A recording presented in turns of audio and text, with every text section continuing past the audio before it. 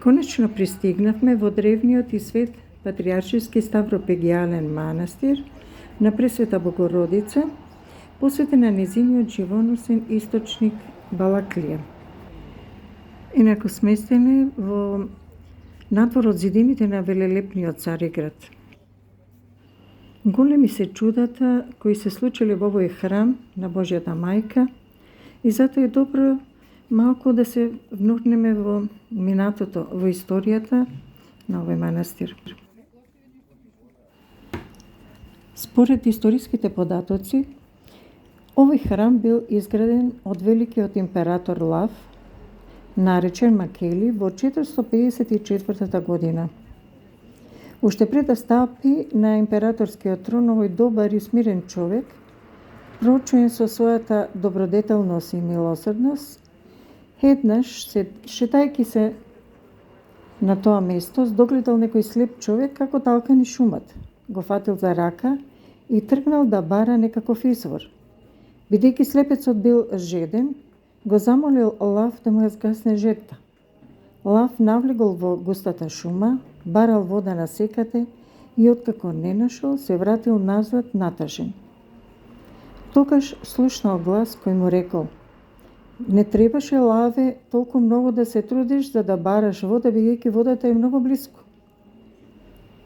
Лав се вратил назад да бара вода, но пак не нашол. И повторно слушнал глас: императоре Лаве, влези подлабоко во густата шума и ќе пронајдеш бара, со својата дланка ќе нацрпиш од матната вода и ќе ја згаснеш жетта на слепиот човек. Со калта ќе ги намачкаш неговите болни очи, а ти веднаш ќе разбереш која сум, бидејќи одамна сум на ова место. Лав направил како што му заповедал гласот и откако ги намачкал очите на слепиот, тој веднаш прогледал. Според предскажувањето на Мајката Божја, за кусиот период Лав навистина постанал император. Откако се зацарил, тој на ова место изградил храм, кој според преданието постои до ден денес и во кој и ние во моментот тука престојуваме.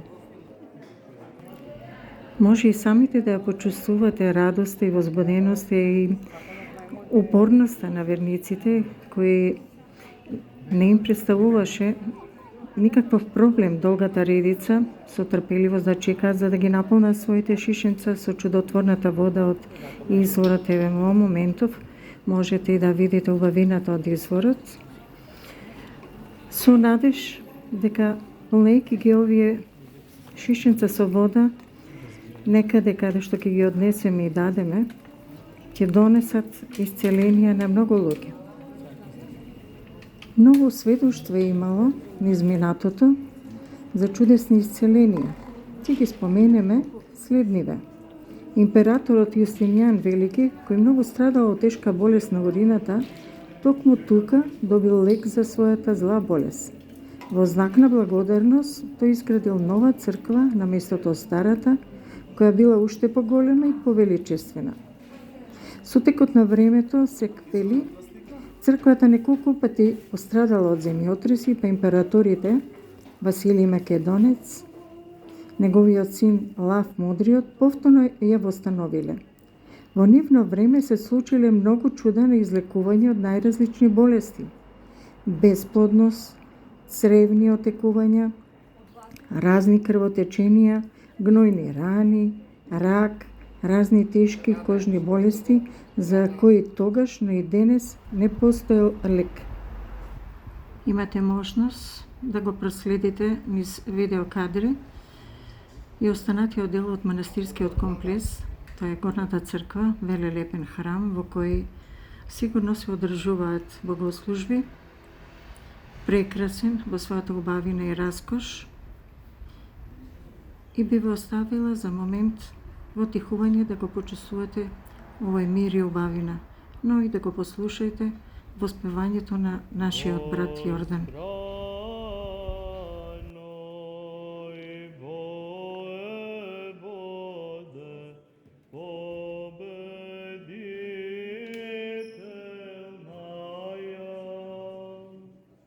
Яко избавитель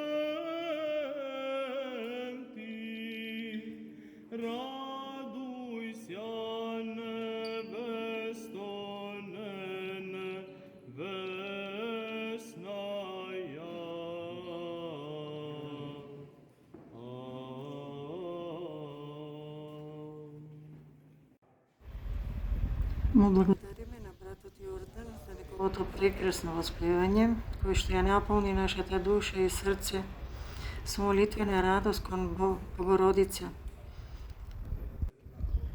Секако би сакала да продолжам за едно чудо што се случило во овој животворен извор. Според православното предание,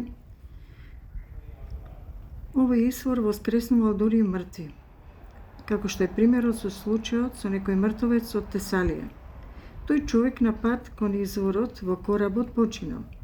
Пред да предаде својата душа во рацете на Бога, усредно ги замолил патниците да го однесат во црквата при изворот и пред да го погребаат да излијат врз неговото тело 3 кофи од изворската вода.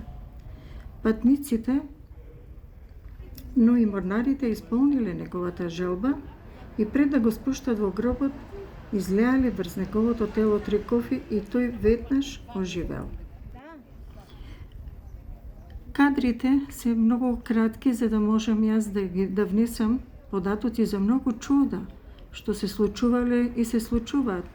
Но дај Боже ние, кои што во овој момент ги наполнивме своите шишенца со овој животворен и спасоносен лек од изворот на Богородица, кој ќе го однесеме во своите домови и ќе го подадеме на оние кои имаат потреба. Сестра Душанка има имендан, да ја честитаме на многу елита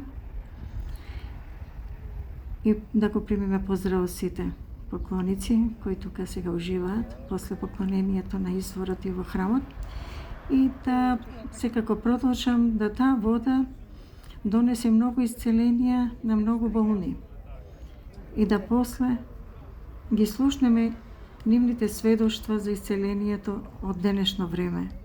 Да ја благодариме на Мајка Божја што ги наполни нашите срца со радост. Во моментов ќе видите многу насмејани и благородни лица, задоволни. Ви самите гледате колку се чувствува таа љубов, таа радост, таа убавина во дружбата меѓу сите поклоници. Да ја благодариме на Мајка Божја, преди се и на сите кои што возможија со благослов да дојдеме на настанот во Патриаршиската Мајка Црква и да ги доживеме сите убави нешта за кои тргнавме од Македонија. Но за тоа ќе зборуваме во друга прилика. На крајот од овој видеоклип посветен на храмот Пресвета Богородица Балаклија, да останеме во тихување гледајки само на присутните верници кои пред заминување во Македонија, ова е последниот храм кој што го посетивме, самите преку својот лик ќе ви кажат ни што поминале, што примиле, што доживеале. Огледајте ги нивните лица, нивната радост, убавината на се она што при очи ќе ви биде принесено.